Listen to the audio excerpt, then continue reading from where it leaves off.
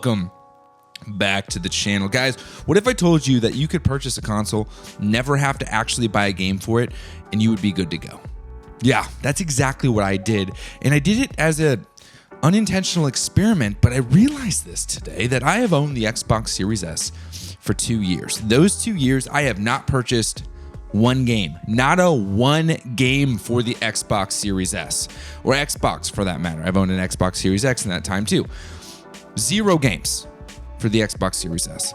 I have only subscribed to Game Pass Ultimate. I have had a grip of fun with the Xbox Series S. Yes, I do own a PlayStation 5 and a Switch, as you can see right here, but I have not purchased one game. So the question is that even worth it? And let's talk about it. First things first, when it comes to Game Pass Ultimate, as well as the Xbox Series S, the Xbox Series S is of course cheaper than the Series X. It doesn't have a disk drive and it has much less storage, but storage is another conversation for another time. In fact, I will put a video at the end of this for you to watch. The Xbox Series S not having a disk drive leaves you to digital purchases only. And with digital purchases only, oftentimes you're like, well, I don't want to buy it digitally because I don't really own it. Well, what if I told you you didn't have to buy a game digitally? You could just rent it, which is essentially what buying a game digitally is. Over the course of these past 2 years, I have spent $360 on Game Pass Ultimate, which is roughly the equivalent of 5 AAA titles released for next gen. When I say 5 AAA titles, I'm assuming that they're $70.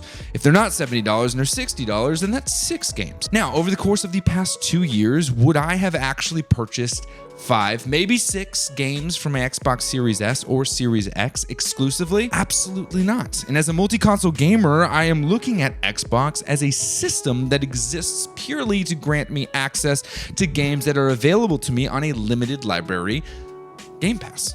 And with Game Pass, what that allows me to do is play AAA titles that I would not be able to play from Xbox Knit Studios directly to the system. And that right there is an incredibly compelling offer as someone who owns both a PlayStation 5 and an Xbox Series system, as well as, of course, the Nintendo Switch. In fact, the only console that I've actually completed multiple games on over the past couple of years is the Nintendo Switch. And I guess maybe 2 games on PlayStation 5. And I guess maybe 1 or 2 games on the Xbox. But those games weren't AAA titles that were released. Those were actually games I had never played, like the Halo series. I completed 1 of the Halo games. Look at me. I'm a real gamer. But jumping back into it, with the Xbox Series S, I'm realizing that, yes, I've talked about it a grip of times, and I've told you it's well worth it, but what if, just what if, the purpose of the Series S wasn't to grant you access to AAA titles and to give you the best fidelity and to give you all that stuff, but what if it was simply a machine to allow you to game for cheap? And that's really what it is. That is really what I'm understanding it to be. And I think that is an incredible system for multi-console gamers, especially if you already own a PlayStation 5. Because chances are, if you own a PlayStation 5 and there's a game you want to play at the highest fidelity possible, you're just going to buy it for the PlayStation 5. Don't buy games for the Xbox. There's no need. In fact, Xbox is doing a great job at proving that they don't want to make games for you to buy. They just want you to be a part of their service because they make so much more money being a part of their service, especially because, again, over the past 2 years, I've spent $360 and Redfall was supposed to be here already. In fact, Starfield was supposed to be here already too, but they already have my money. They already have it because I'm paying for the service. So I think it's naive to think that the Xbox Series system as a whole moving forward is going to be designed specifically for AAA titles to be released to it exclusively for you to buy. Realistically, you're not going to buy the games. You're going to rent them for $15 a month. And I know there's people like, JD, I don't want to rent games. I want to own my games. JD, this is ridiculous. That's not a good point because if you rent your games, you don't really own anything. Well, I'm sorry to say it to you, buddy, but here's the deal. We don't own anything anymore, especially because the disc version of anything now is turning into just a physical version of an authentication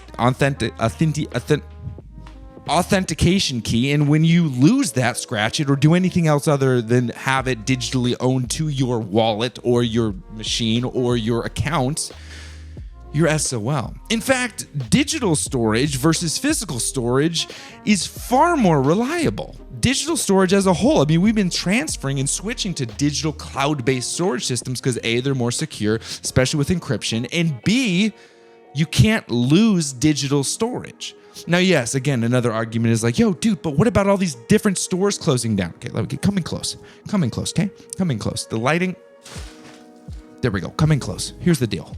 You want to know something about these stores closing down? It's been 10 freaking years. Okay? The Wii U store, whatever, PlayStation 2, 3, who knows? Xbox 360 not getting the support that it deserves. The Xbox dudes and dudettes. It has been so unbelievably long. And I understand that you want to hold on to things forever, but here's the deal.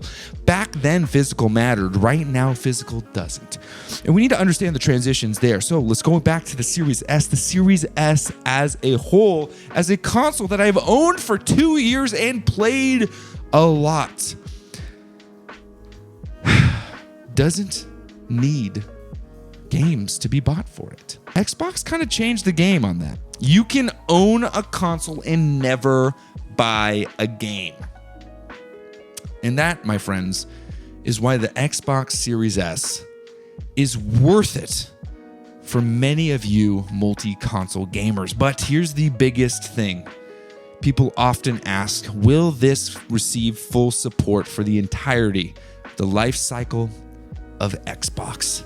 And I've said yes on multiple occasions, and I still say yes, but let me add one more thing. If you look at the Series S as a console that is specifically designed to grant you access to games through Game Pass, you will always get support through Game Pass, understanding that the machine itself was simply created to be a gateway into their gaming library. That's what it is. And the Xbox Series X was the machine to be made to not just grant you access, but to give you the top tier performance that they feel you need. But we're still not even there yet. So, my question to you, and let's fight in the comments. Do you think the Series S was ever designed for anything other than Game Pass? And if it was, what was it? Other than that, keep it sexy, stay caffeinated, but most of all, happy gaming.